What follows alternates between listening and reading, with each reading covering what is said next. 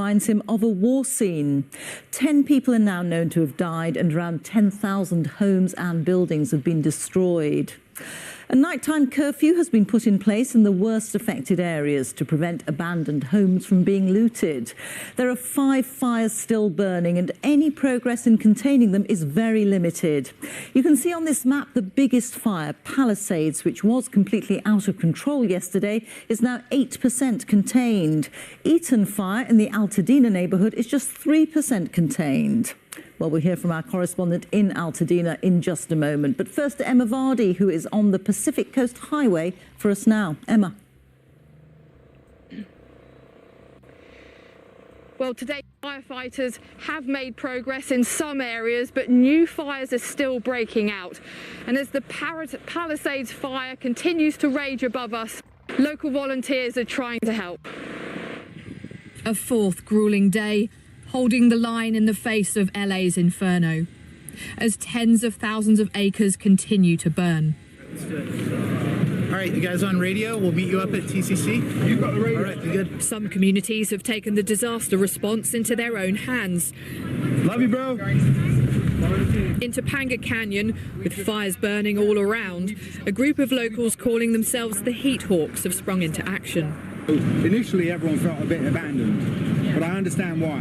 We have a very tight community that's very connected, and so the local knowledge is really essential. Well, these guys are just taking a look around the neighbourhood to see if they can see any spot fires or just anything they can help with, using whatever resources they can get their hands on, water supplies, fire extinguishers.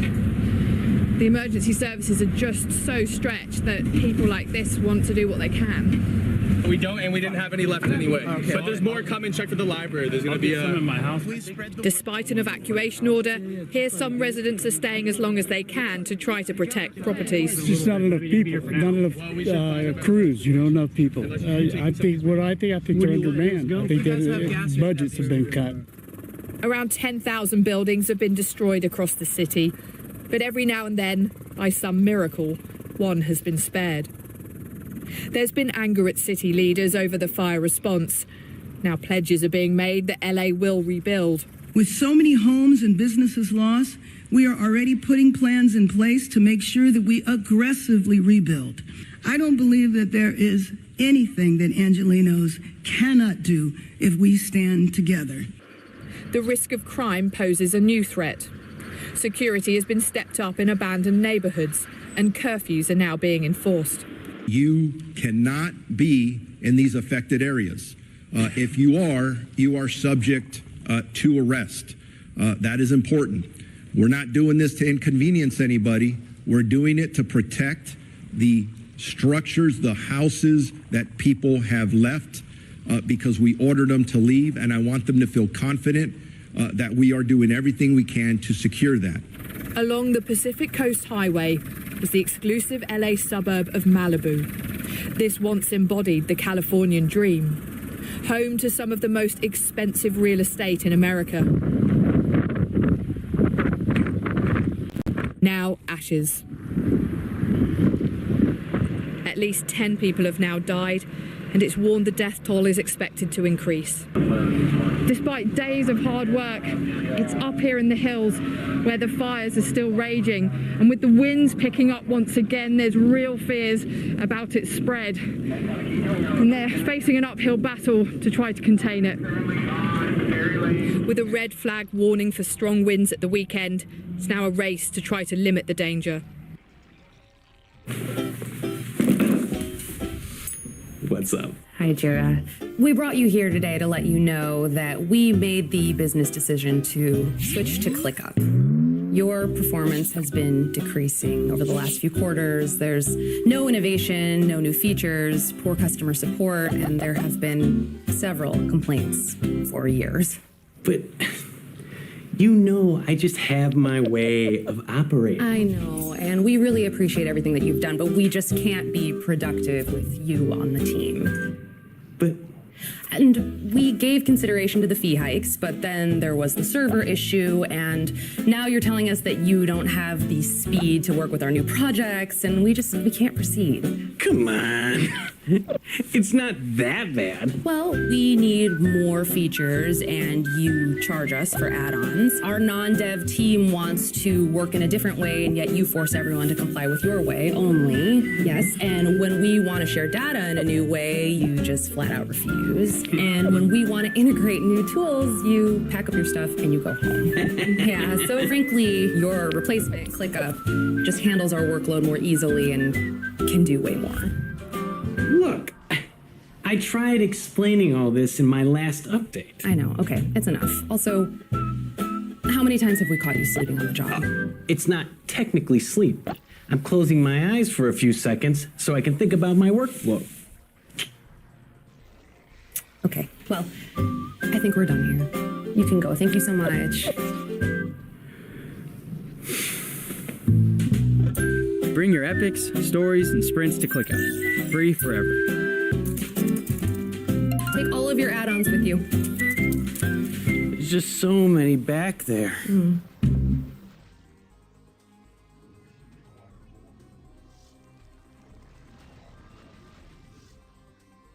Assalamu alaikum. We have great news from the north of Gaza Strip, where we continue to ensure that our people there remain strong and steadfast. And today, we announced the expansion of our orphan care program to include over 1,400 identified orphan cases in the north. Together with our partners on the ground, with humanity, with your support, we continue to ensure that medical facilities there continue to run, that clean water continue to get distributed, and hot meals continue to let people there on the ground again. This is our opportunity to ensure that we keep them strong. We are relying on your support. Continue to act and do everything we can.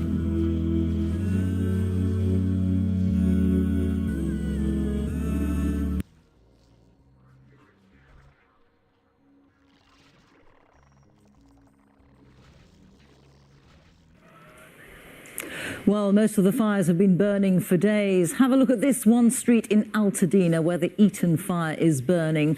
This is Fair Oaks Avenue. This is what it looks like now after those flames tore through the neighbourhood. And that's what Fair Oaks Avenue looked like before. House after house, street after street, it's all gone. Almost nothing left of these homes.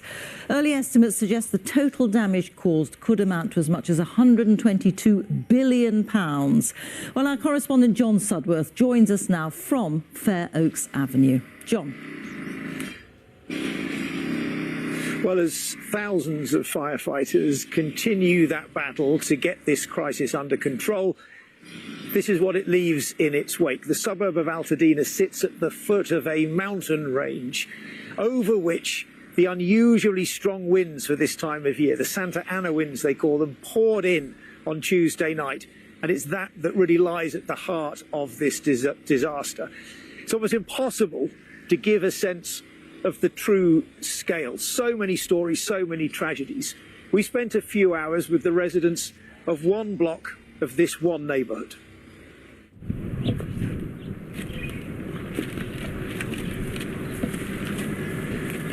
Los Angeles is a city in shock. Thousands of people coming to terms with the once unimaginable. Right around there are my diamond earrings.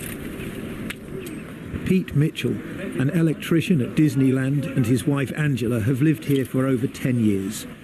Oh my God, and it survived. Your little elephant box from Thailand. This was their home before the fire. Altadena was a pleasant Los Angeles suburb, a middle-class district, a far cry from the mansions and celebrity lifestyles on the other side of the city. It's devastating, of course. We saw images of it before. Our neighbors had come in here before, but it's also, you know, the opportunity to rebuild, which is hard road, but it can be done. I think we will do it. I hope we're rebuilding here. And I hope that we'll have these, what we can find that can be memories of the good times we had in this home. It was a good home. It was a really good home. Around them, fire crews are still patrolling the area, putting out spot fires. This is a city in deep crisis, with the emergency services stretched to the limit and lives totally upended. Okay. Just a few doors away, another family surveying the damage. This was Stephanie's home for more than 4 decades, but she says she's now focused on the future. We're very fortunate that we were able to get out in time. Yes. Everybody is safe, and we do plan to rebuild. Absolutely. Bigger and better. Yes. So we're grateful. And we're praying for everybody because this is just devastating. Altadena is one of the #1 places to live. It's friendly, it's family oriented. It's just a wonderful community. A block away, this house had recently seen new tenants move in. It would have been in the middle bin of the closet, her wedding ring.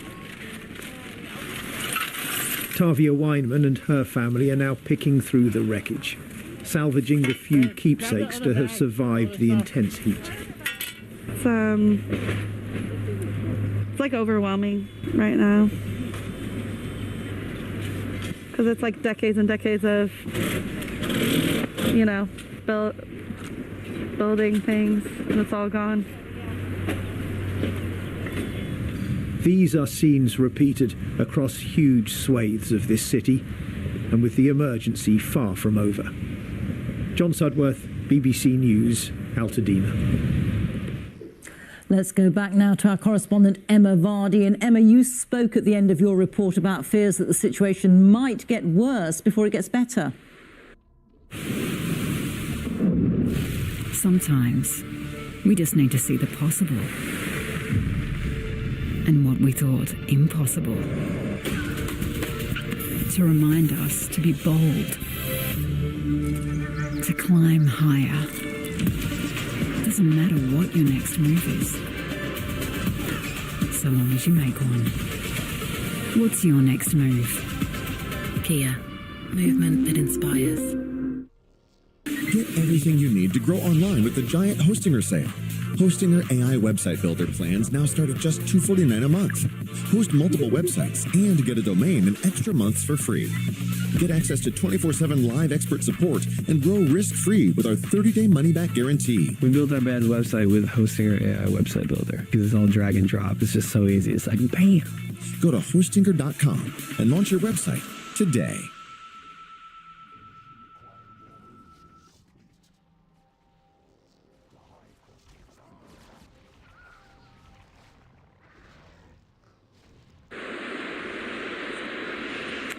Well, there's now 3,000 firefighters battling that Palisades fire above us.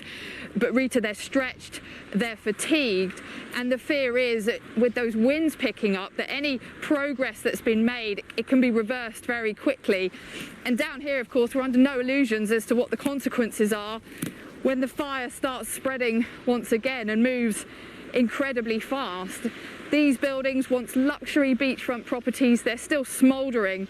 But gradually people have started to come down here themselves to look at the damage. But now there is this curfew in place from 6 p.m. at night until 6 p.m. in the morning to try to prevent looting while this crisis continues. Emma, thank you very much. Emma Vardy there reporting from the Pacific Coast Highway. Well, powerful winds and parched ground after months of no rain, a deadly combination which has allowed the California fires to spread.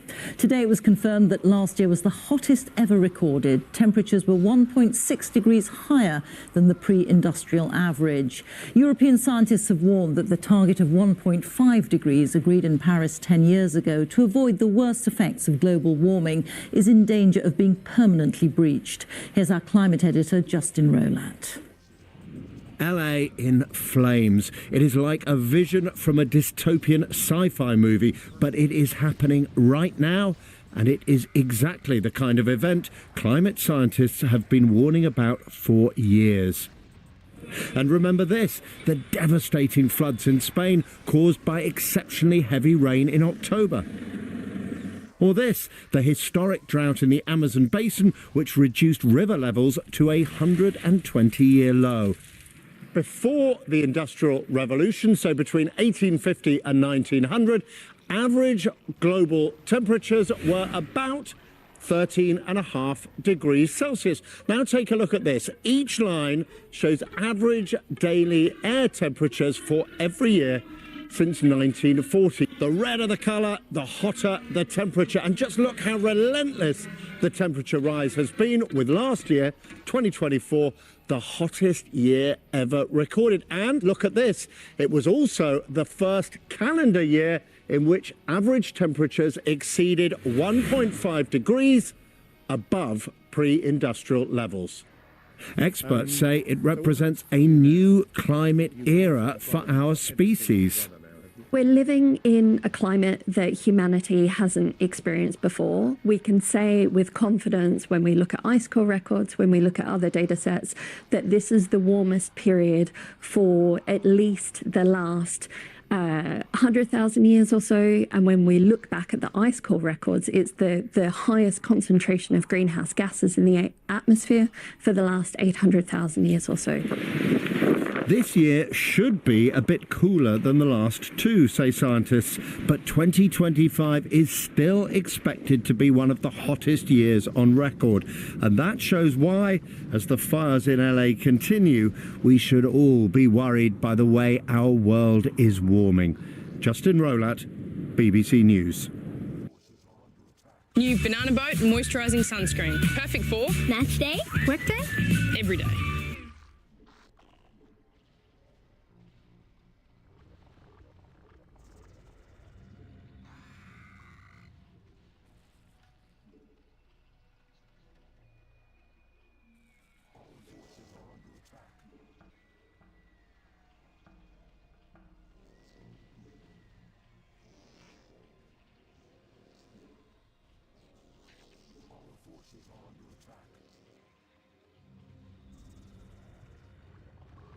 What we're experiencing right now is mercilessly, thankfully I should say, thankfully the winds have died down for the time being, and so what this has allowed is people to come back and see what is left of their homes, and of course what very, very sadly has been destroyed. And we're joined now by one of those families here in Altadena. This is Daisy and Keith and Lucas and Henry, and we are so sorry for what you're going through right now, and really, really thank you for taking the time to be with us.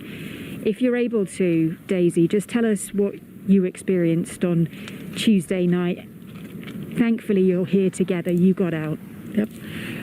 Yeah, thank you.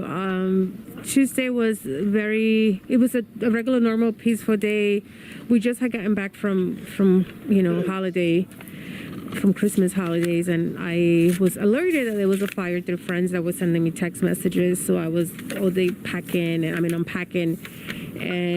I look out the window, and sure enough, I see a smoke. I'm like, well, yeah, there's the smoke. There's something happening here. I just thought it was just a fire on the mountains, nothing that was going to really be that intense that it was going to affect anybody. But then as I kept watching the news and I kept going in social media, I saw that there was actually some houses burning, down in Altadena Drive. And, we started looking out the window. We was just more worried about making sure that things weren't going to come and hit us. My husband didn't think nothing was going to come this far out. So we were, it was still like an alert. Around, I would say 10 p.m. was it that we lost power. That's when the power went off, and my son Lucas, the youngest, he started crying. Henry was very brave, and he was helping us with flashlight and helping us, pack whatever we could as quick as we could. I did one luggage just for all of us, thinking that we were going to be able to come the next day. Everybody went to sleep. I told everybody, just make sure that you have your clothes ready, because I'm seeing fire. Like, there's really fires, no longer smoke. I can see a fire from the window. So this doesn't look good. My husband was very positive. Like, if there's something that we have to leave, we should be getting like a text message. We should be getting like some sort of alert. The sheriff department will come with the loudspeakers and everything. They would tell us, and I'm like, well, I'm waiting for that. I'm waiting to get some sort of like urgency that we got to leave because it's getting more dangerous, but we didn't get anything. It was just my gut feeling that said we have to go. It was 1:30 in the morning, and when I saw more flame going up, I said we have to get out. And I woke them up and I said it's time to go. That must have been petrifying for you all to take that decision, just to go. Yeah, it was absolutely terrifying to see that. Now I've lived through fires up in the foothills before that got really close but never got into the houses so much. But this one, it moved so quickly. It was, on a distant ridge 1 minute, and then 10 minutes later it was like right on top of us. It was crazy how fast it moved, with the winds blowing it downhill, which is so unusual too. So yeah, I really felt nothing's going to touch us. We're way down from the mountains, but it's just incredible, the devastation down here. It's just heartbreaking. We are so sorry to see your home now. What was it like then to realise that the worst had happened, to come back here? I mean, for example, Henry, when you see your home, it must be really sad. So it was really terrifying when we got out, and my cousin was in an Uber, and she said when she was at the plane, she saw people throwing up because everybody was like seeing the fire down mountain, and I remember that it was caught the Eaton fire, like it was going really fast, that we had to go to our hotel to go. That's where my mom's work is, and then the fire was getting really close here, and at 5 a.m. there was a French teacher, like he woke up at 5 a.m. The fire woke him up. It was so close, so he ran out of the house, and then he went somewhere else, and then suddenly, then our house fired, and then it just burned and stuff. It's so sad. Oh, I'm so sorry. You managed to find just one of your toys, didn't you? Can you show me? What did you find here? I found this, and this, and my brother found this. Oh, yeah. I'm so sorry. That is all that remains of. They had so many toys that were out here. There's that little trash can thing over there was overflowing with toys, and everything's just gone. It's heartbreaking. Yeah, that's all they think, when we were leaving, they if I'm bringing their toys, I'm like, there's no space for toy. We just gotta go. So I grabbed pillows too, just in case we had to sleep in the car, because I didn't know. And, luckily my husband went and bought them a new toy, and they happy about that. I did grab one toy for each of them.